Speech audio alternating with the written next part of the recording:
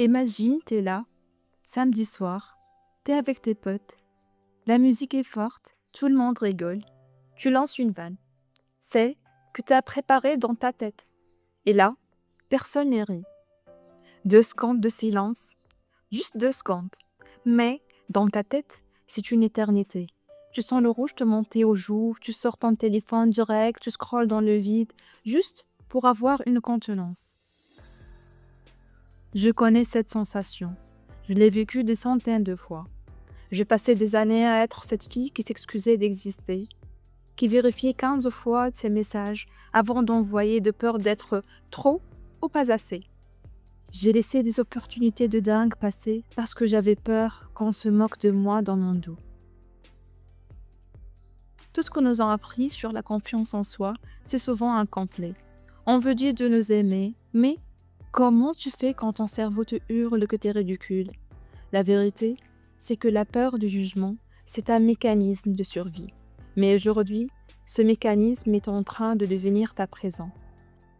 Moi, c'est Eya et bienvenue dans BBI Podcast. Bien-être, estime de soi et force interne. Aujourd'hui, on va briser le miroir.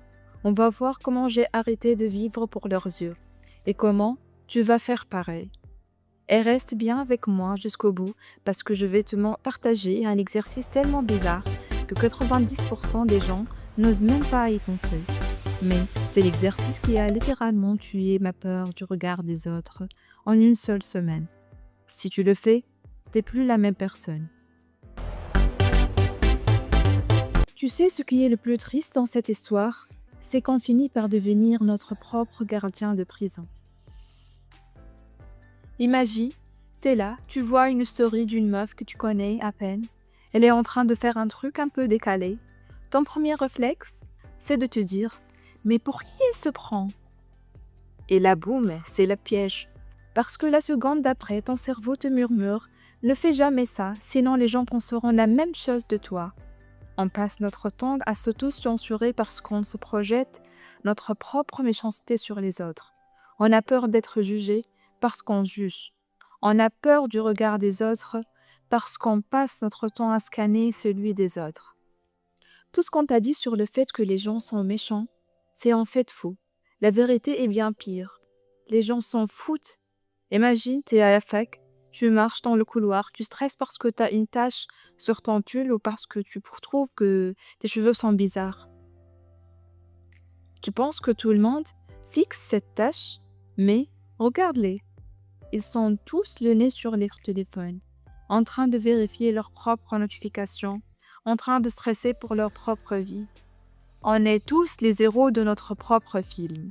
Et dans le film des autres, on n'est même pas des figurants. On est le décor.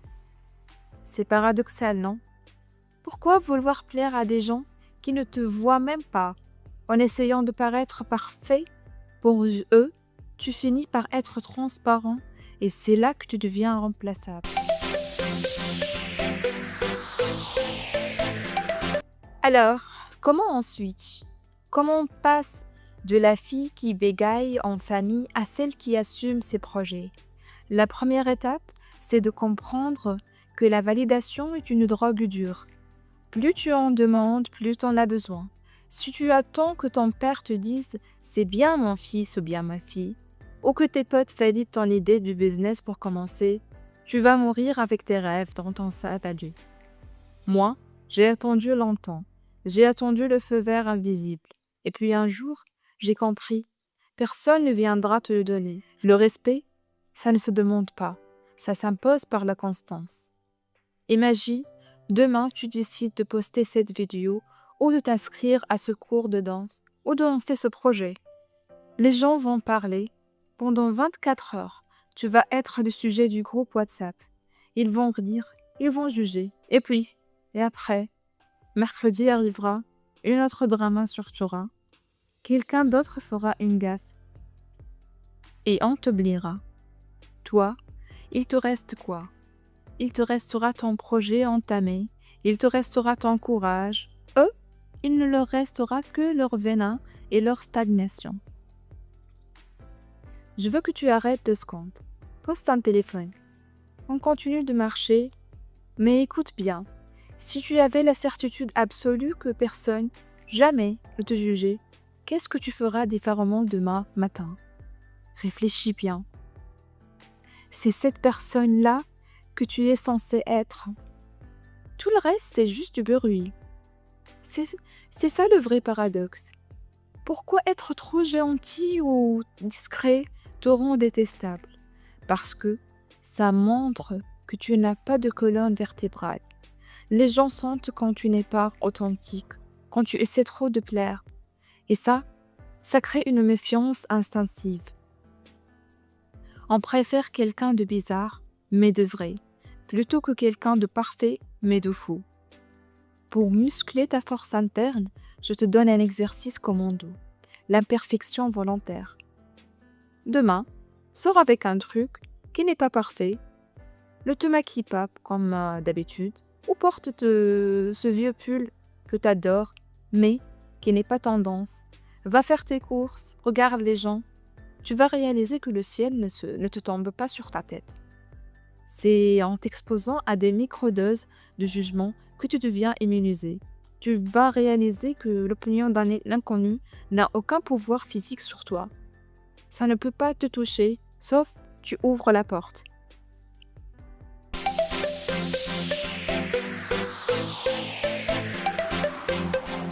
On arrivera à la fin de ce premier épisode de BBI Podcast. Mais avant de te laisser repartir dans ta vie, je veux qu'on se dise des choses une dernière fois.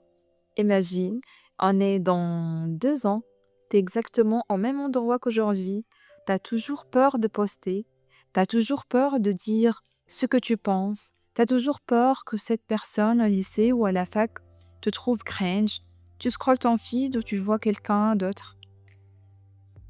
Quelqu'un qui avait moins de talent que toi, mais plus de courage, en train de vivre la vie que tu voulais. T'as jamais ressenti cette brûlure, ce goût de regret que tu remontes dans la gorge, parce que t'as laissé ton futur mourir pour protéger ton image aujourd'hui? Tout ce qu'on t'a dit sur le fait que c'est normal d'avoir peur, c'est vrai. Mais ce qu'on ne te dit pas, c'est que la peur est un mauvais locataire.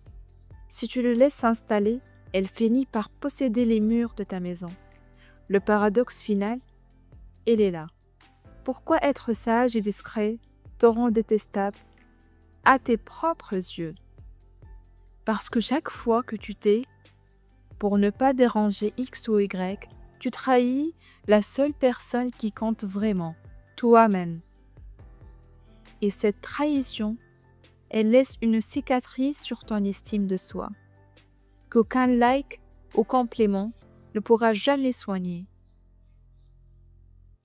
Allez, récupère ton pouvoir. Le jugement des autres, c'est une taxe sur le succès. Tu veux réussir, tu dois payer. Et la monnaie, c'est le regard de ceux qui ne font rien. La force interne, ce n'est pas d'être insensible, c'est d'être invincible. C'est de se dire « Ok, tu me juges très bien. Pendant que tu te prends le temps pour parler de moi, je construis mon empire. » Je veux que tu sortes de cet épisode avec une mission, une seule. Pas demain, pas lundi prochain, aujourd'hui, maintenant. Fais ce truc. Pose cette vidéo. Envoie ce message. Prends cette décision que tu pousses par peur de ce qu'on va dire. Fais-le pour prouver à ton cerveau que le monde ne s'écroule pas quand tu es enfin toi-même. Pour ton bien-être, arrête de demander la permission d'exister. Pour ton estime de soi, deviens ton propre pitié. Et pour ta force interne, accepte de déplaire pour enfin te plaire à toi. C'était Eya, merci d'avoir été là pour ce premier épisode de BBI. Partage ce message à la personne qui a besoin d'entendre cette vérité. On se retrouve au prochain épisode. On va apprendre à poser des limites pour ne plus jamais être le paillasson de service. D'ici là, reste vrai, reste forte et surtout, agis.